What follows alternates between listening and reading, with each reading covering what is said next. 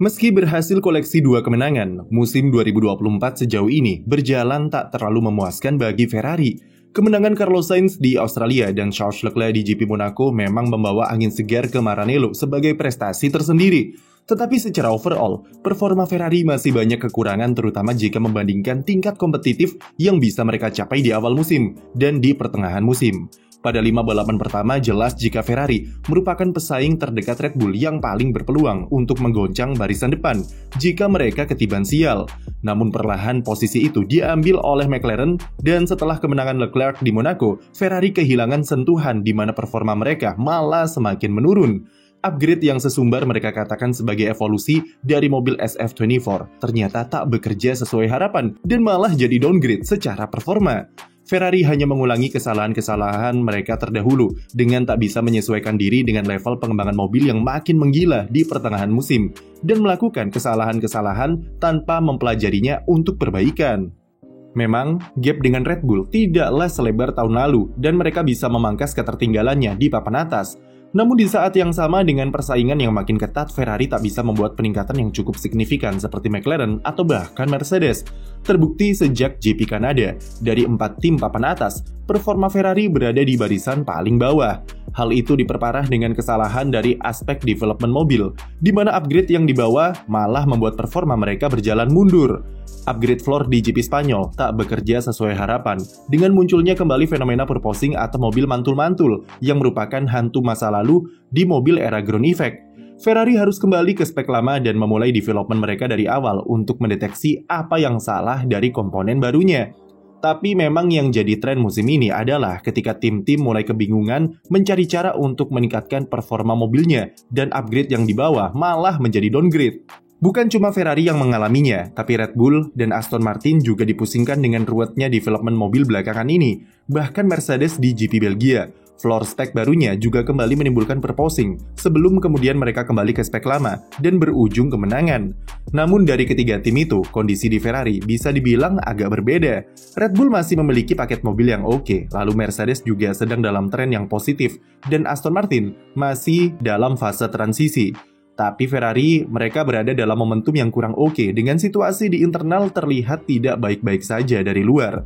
Dan itu tak bisa dipungkiri akan sangat menghambat langkah Ferrari di paruh kedua 2024 yang mana sudah terlihat dengan penurunan performa di pertengahan musim.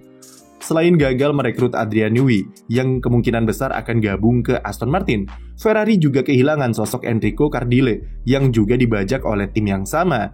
Newey gagal gabung ke Ferrari mungkin bisa dikatakan sebagai sebuah kegagalan karena ini merupakan kesempatan terakhir bagi mereka jika ingin mendapatkan figur sekaliber seperti dirinya. Kedatangan Newey pastinya akan memperkuat susunan internal di divisi teknis yang sangat membutuhkan penyegaran dari sisi struktural dan sistem kerja.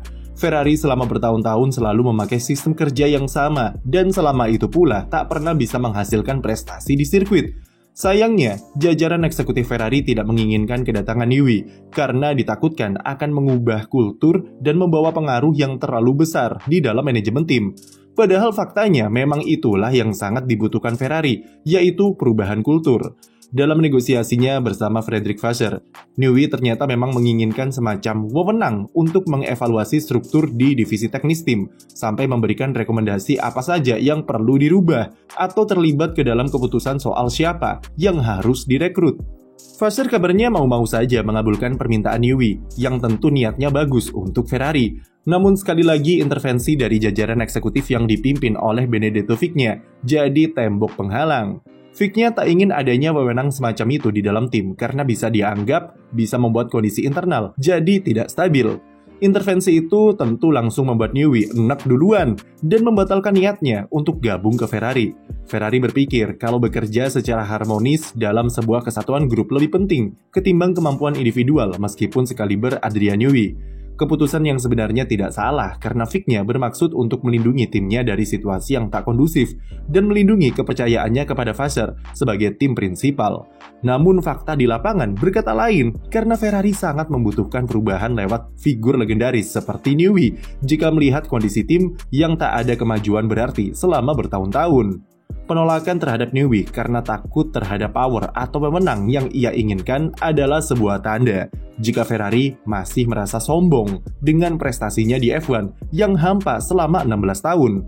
Ferrari tak mampu berkaca terhadap realita kalau timnya sedang dilanda krisis SDM, di mana sekarang selain gagal merekrut Newey, tapi mereka juga kehilangan Enrico Cardile ke Aston Martin, sampai-sampai Fred Vasseur harus merangkap jabatan sebagai direktur teknis.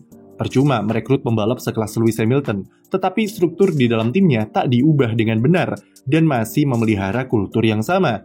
Kedatangan Loic Serra yang mulai bekerja Oktober nanti memang membawa angin segar dengan pengalamannya di Mercedes. Tapi Loic Serra bukanlah sosok yang bisa mengubah keseluruhan sistem, dan Ferrari saat ini membutuhkan orang yang bisa memimpin keseluruhan divisi teknis dengan memberikan warna yang baru. Dan menolak Adrian Newey dengan alasan tidak mau mengabulkan permintaannya adalah sebuah kesempatan yang terbuang sia-sia. Padahal zaman dulu, Ferrari rela melakukan apa saja untuk mengabulkan permintaan Michael Schumacher. Perekrutan Rory Byrne dan Ross Brawn adalah keinginan Schumi yang diwujudkan Ferrari demi menyenangkan sang pembalap. Ia bahkan memiliki power yang cukup besar di dalam tim dengan pasang badan untuk melindungi Jean Todt dari ancaman pemecatan di akhir 90-an. Sampai permintaan aneh-aneh Schumi seperti perubahan layout sirkuit Fiorano hingga preferensi makanan saja sampai dikabulkan oleh Ferrari. Schumi bukan cuma membawa perubahan di dalam track dengan skillnya di balik kemudi yang hebat, tapi di luar sirkuit, ia juga sangat berpengaruh dengan membuat internal Ferrari menjadi lebih kuat dan memiliki kapabilitas untuk jadi juara. Itulah yang diharapkan seandainya Adrian Newey bergabung ke Ferrari, di mana ia bisa berikan perubahan di internal dengan pengalamannya di Red Bull, McLaren, dan Williams dulu.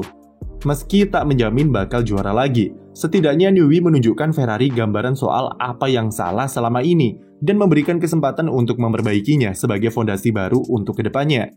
Kedatangan Lewis Hamilton hanya bersifat jangka pendek dengan usianya saat ini, dan kesepakatannya dengan Ferrari 75% adalah mencakup aspek komersial. Hamilton tidak menuntut aneh-aneh dari Ferrari selain soal gaji serta bonus, dan jelas terlihat kalau ia hanya ingin menikmati masa-masa sejak karirnya sebagai pembalap tim kuda jingkrak yang legendaris. Berbeda dengan Schumi dulu yang datang dengan ambisinya untuk menyelamatkan Ferrari dan juara bersama mereka dengan banyaknya tuntutan perubahan di dalam tim. Tapi nasi sudah jadi bubur, dan nyaris mustahil situasi akan berubah bagi Adrian Newey serta Ferrari. Untuk saat ini prioritas Ferrari adalah mencari siapa direktur teknis yang baru untuk gantikan Enrico Cardile. Frederick Vasseur sudah berikan bocoran jika mereka akan merekrut orang non-Italia untuk posisi vital tersebut, dan nama yang muncul adalah mantan direktur teknis serta CTO Mercedes, yaitu Mike Elliott.